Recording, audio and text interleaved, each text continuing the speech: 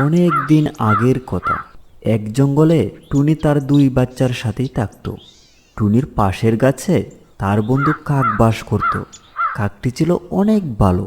টুনির বিপদে আপদে সবসময় তাকে সাহায্য করত। টুনির এক বাচ্চার নাম ছিল টুনু। সে তার মায়ের কথা কখনোই শুনতো না।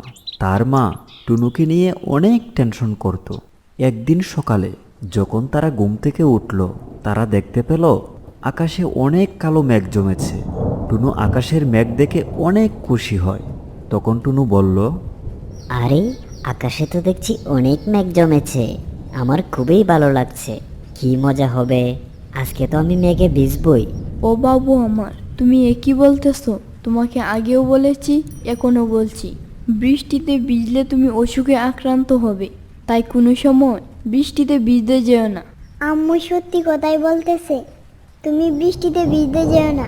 তুমি জানো না, ওই দিন আমার শরীরে বৃষ্টির পানি পড়ার কারণে অনেক সর্দি লেগেছিল। আমরা বাচ্চা, বৃষ্টিতে ভিজলে আমাদের অনেক বড় রোগ হবে, তাতে জীবন পর্যন্ত চলে যেতে পারে। তেমন কি রোগ হতে পারে শুনি? শুধু শুধু সর্দিই তো লাগবে। আমি এত ভীতু নই, আমি কিন্তু বাহিরে যাব। কিছুক্ষণ পর বৃষ্টি শুরু হয়। টুনু সেই বৃষ্টি দেখে অনেক আনন্দিত হয়। কিন্তু টুনুর মা টুনি তাকে বাইরে যেতে মানা করলো এবং টুনি খাবার আনতেও বাইরে যাইল না। বাসায় যা জমানো খাবার ছিল, টুনি ও তার বাচ্চারা সেগুলো খেতে থাকলো। দিন শেষ হয়ে রাত নেমে আসলো, তবু বৃষ্টি কিছুতেই থামছে না। আর অন্যদিকে কাক তার ঘরে বসে ভাবছে, আরে সকাল থেকে রাত হলো, এখনো বৃষ্টি থামার নাম নেই। না জানি টুনি ও তার বাচ্চারা কি করছে। আচ্ছা যাই, তাদের একটা নজর দেখে আসি।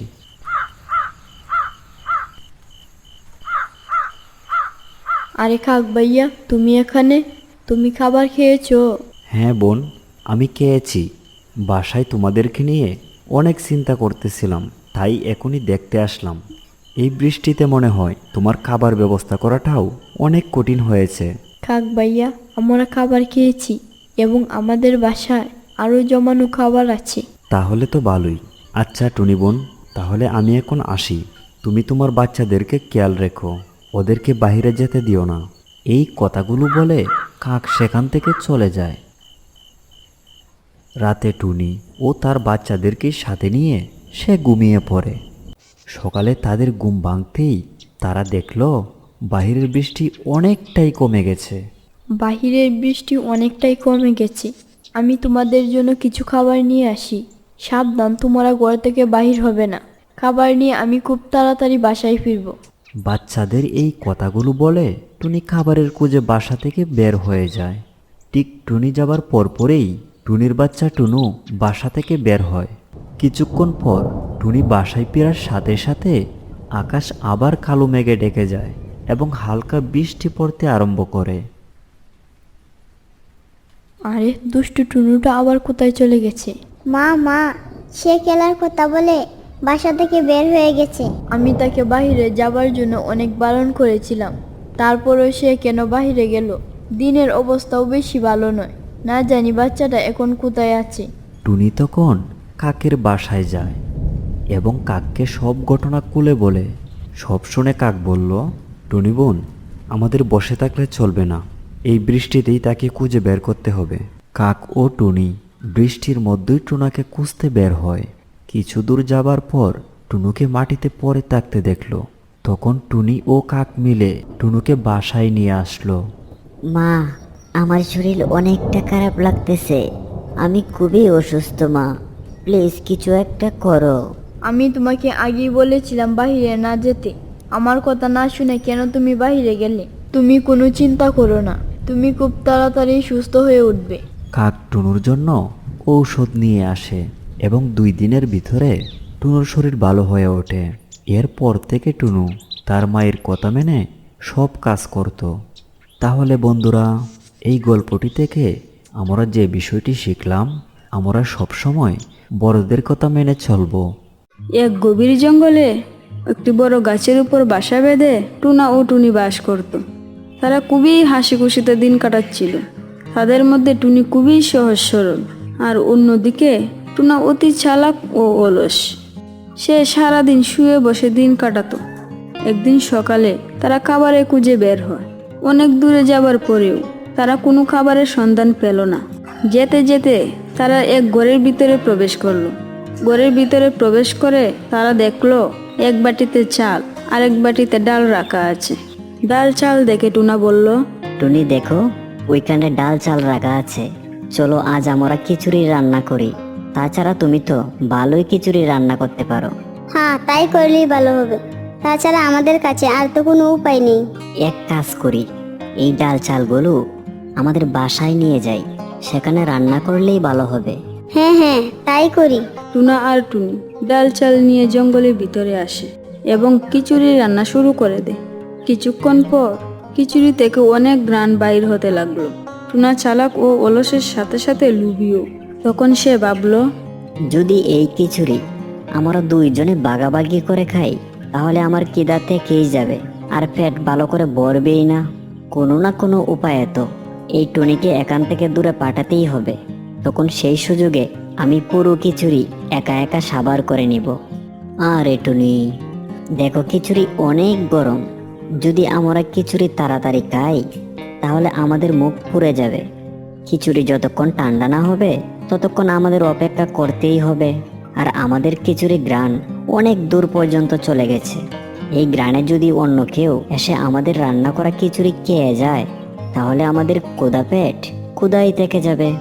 তাই আমি বলছিলাম কি, তুমি না হয় চারদিকটা একবার ভালোভাবে দেখে এসো। টুনি যাবার পরই টুনা একটু একটু করে সব খিচুড়ি খেয়ে ফেলল এবং বাসায় আরাম করে শুয়ে থাকে।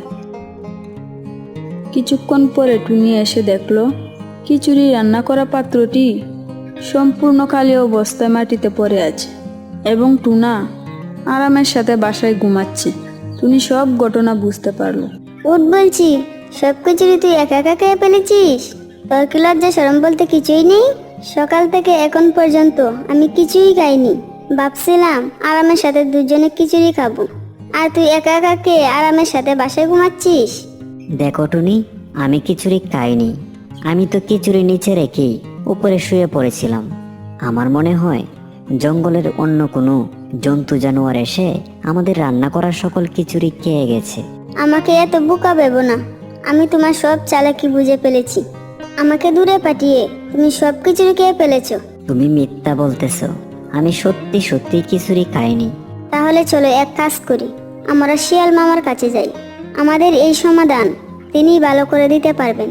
তুমি যা ভালো মনে করো, চলো যাই তাহলে শিয়াল মামার কাছে। টুনা আর টুনি দুজনেই শিয়ালের কাছে যায়। টুনি বলো, তোমাদের কি সমস্যা? দেখো না শিয়াল মামা, এই টুনা একাই রান্না করা সব খিচুড়ি খেয়ে নিয়েছে, আবার এখন বলছে সে নাকি খিচুড়ি খায়নি। শিয়াল মামা, আমি সত্যি কথাই বলতেছি, আমি খিচুড়ি খাইনি। টুনি শুধু শুধু আমাকে দোষারোপ করতেছে। শিয়াল কিছুক্ষণ চিন্তার পর তাদেরকে বলল, খিচুড়ির কথা এখন বাদ দাও। তোমরা সকাল থেকে কিছুই খাওনি। আমার এখানে খাবার আছে, খেয়ে নাও। শিয়াল মামা, তুমি ঠিকই বলেছো, আমার অনেক ক্ষুধা লেগেছে, প্লিজ তাড়াতাড়ি খাবার দাও। শিয়াল খাবার আনতে টুনি খাবার খেতে লাগলো, কারণ টুনি ছিল অনেক ক্ষুধার্ত। আর অন্যদিকে টুনা কিছুই খেতে পারছিল না, কারণ তার পেট ভরা ছিল। তখন শিয়াল বলল, টুনা বেটা, তুমি কেন খাইতেছো না? মানে আমার পেটে একটু সমস্যা করছে তো তাই। হা হা হা। টুনা, তাহলে কি তোমার জন্য ডাক্তার আনবো? তাহলে বন্ধুরা, এই গল্পটি থেকে আমরা যে বিষয়টি শিখলাম, মিথ্যা কখনো চাপা থাকে না, সত্যির জয় সবসময় হয়। জঙ্গলে বেশ কয়েকদিন হয়ে গেল বৃষ্টি হচ্ছে। বর্ষাকালে বৃষ্টি হবে, এটাই তো স্বাভাবিক। তবে এই বছর যে বৃষ্টি শুরু হলো, তা আমার কোনো নামগন্ধই নেই। লম্বা সময় ধরে বৃষ্টি হওয়ার কারণে জঙ্গলে থাকা পাখিদের বাসায় খাবার পুড়িয়েই আসছে। কিন্তু জঙ্গলে তো টুনিও থাকে, তার তো কোনো যায় আসে না। বাচ্চারা, তোমরা আমাকে প্রায় সময়ই বলতে, মা তুমি এত কষ্ট করে কেন এত খাবার জোগাড় করতেছো? বাচ্চারা, এখন দেখতেছো অনেক দিন হয়ে গেল, বৃষ্টিতে আমার কোনো নামই নেই। এজন্যই বলি, ভালো সময় আমাদের খারাপ সময়ের কাজ করে রাখতে হয়। এগুলো আমরা আমাদের বড়দের কাছ থেকে শিখেছি। আর তোমরা আমার কাছ থেকে শিখে রাখো। টুনি বাচ্চাদের সাথে এসব কথা বলার সময় বাইরে থেকে কে যেন টুনির দরজায় নক করলো। আরে মা দেখো, দরজায় কে যেন নক করলো। জানি না বাবু। আচ্ছা তোমরা দাঁড়াও, আমি দেখে আসি কে এসেছে। টুনি আপু, আমি কাক। আমি তোমার পাশের গাছেই থাকি। আমি অনেকটাই বিপদে পড়ে গেছি, প্লিজ আমাকে সাহায্য করো। আমি তোমাকে ভালো করেই চিনি চালাক কাক। কি চাও তুমি আমার কাছে? আমি অনেক আশায় তোমার কাছে আসলাম। আমার বিবি ও 2 বাচ্চা কিদার জ্বালায় চটপট করতেছে। আমাকে কিছু খাবার দানা দিয়ে দাও। তোমাকে আল্লাহ অনেক ভালো রাখবেন। মা, এই কাক মামা অনেক কিদার জ্বালায় আমাদের কাছে এসেছে। আর আমাদের কাছে তো অনেক খাবার দানা জমানো আছে, তা থেকে কিছু দানা কাক মামাকে দিয়ে দাও। তখন টুনি কাককে ঘরের ভিতরে নিয়ে আসে। আরে তুমি আগে কেন খাবার জোগাড় করে রাখোনি? আর এখন বর্ষাকালে তুমি অন্যের বাসায় খাবার চাইতে এসেছো। এখন আমার বাচ্চারা যদি না বলতো তাহলে আমি তোমাকে কখনোই খাবার দিতাম না। তোমার কথায় আমি অনেক লজ্জা পাইছি। প্লিজ এখন খাবার দানাগুলো দিয়ে দাও। এখান থেকে কিছু দানা তোমার বাচ্চাদের জন্য নিয়ে যাও। টুনি আপু, তোমাকে অনেক অনেক ধন্যবাদ। কাক টুনির বাসায় থেকে খাবার নিয়ে তার বাসার দিকে উড়াল দিল। খুবই বদমাশ সেই টুনি। কিছু খাবার দিবে, তার জন্য আমাকে অনেক কথা শুনতে হচ্ছে। টুনি কি বলেছে শুনি? সে বলে আমরা নাকি অনেক অলস, ভালো সময়ে খারাপ সময়ের কথা ভুলে যাই। বাদ দাও তার কথা। খুব তাড়াতাড়ি বর্ষা শেষ হয়ে যাবে, তখন আর আমাদের খাবারের চিন্তা করতে হবে না। এই কথাগুলো বলে তারা একসাথে সকল খাবার দানা খেয়ে ঘুমিয়ে পড়ে।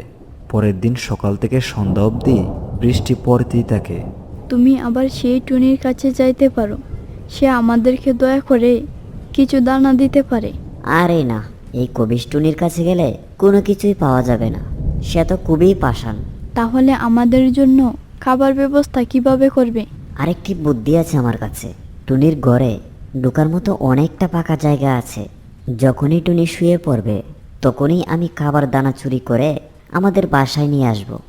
আরে তুমি তো খুব ভালো আইডিয়া বাহির করেছো। আমরা এই খাবার দানা আনতে পারলে আমরা পেট ভরে খেয়ে ঘুমাবো, আর টুনি না খেয়ে ঘুমাবে। এই কথাগুলো মাথায় নিয়ে তারা রাত হবার জন্য অপেক্ষা করতে লাগলো। অনেক রাত হয়েছে, মনে হয় এখন টুনি ঘুমিয়ে পড়েছে।